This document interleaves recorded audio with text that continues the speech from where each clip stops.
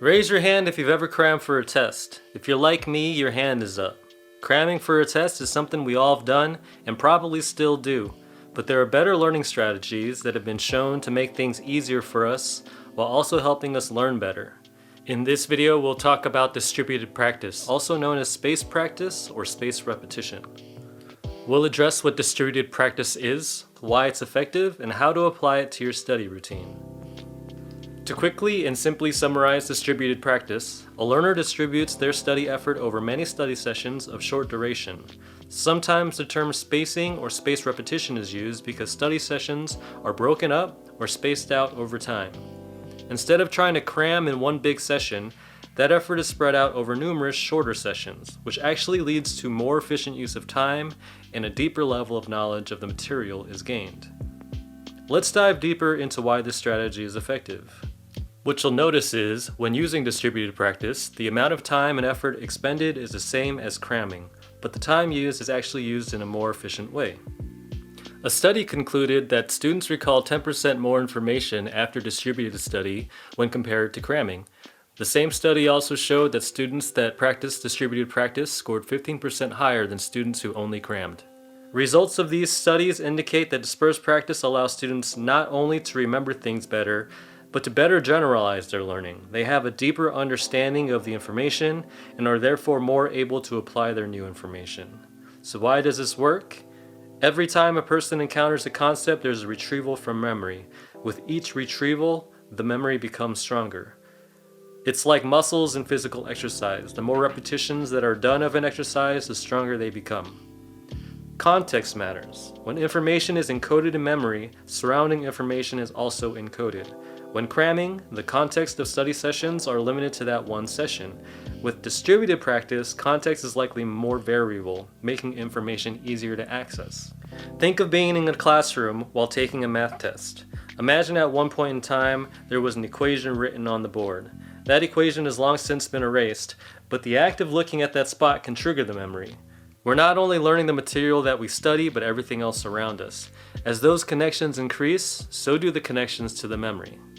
Finally, being able to recognize something isn't the same thing as being able to recall it. Maths practice can be effective with recognition, but not recall. You might be able to get away with it on a multiple choice test, but when you need to have a deeper understanding of the material, distributed practice is the way to go. Let's take a look at the chance of remembering graph. The vertical axis represents how much information is retained. The horizontal axis represents the amount of time that has passed. When a new concept is introduced, notice the steepness of this forgetting curve. After the first reminder, the curve becomes less steep, and with each reminder, the curve continually becomes less steep, representing more information is stored in memory. In this example, by the third reminder, 90% of information is retained over 30 days. Also notice that more time passes with each reminder. As the space between study sessions widens, memory retention also improves. So how do we implement distributed practice into our studying routine? Split up your studying of a particular topic into numerous study sessions with breaks in between. Create a study calendar by scheduling study time and plan how you would review chunks of content. Revisit topics at regular intervals over time. Here's an example of what this might look like. Imagine a class where in week 1, unit 1 is introduced, week 2 is unit 2, and week 3 is unit 3. In this example, day 1 of week 1, you might spend 15 minutes reviewing unit 1 the same day it's taught. The next day you might spend 20 to 30 minutes reviewing unit 1. Then a few days later you could spend another 20 to 30 minutes reviewing unit 1. In week 2, you would repeat this pattern but with unit 2. Add in a little time reviewing unit 1. As time passes, those intervals reviewing unit 1 become greater. By week 3, when you have repeated the pattern for the previous 2 weeks, you'll have reviewed unit 1 numerous times, have reviewed unit 2 multiple times, and began studying unit 3.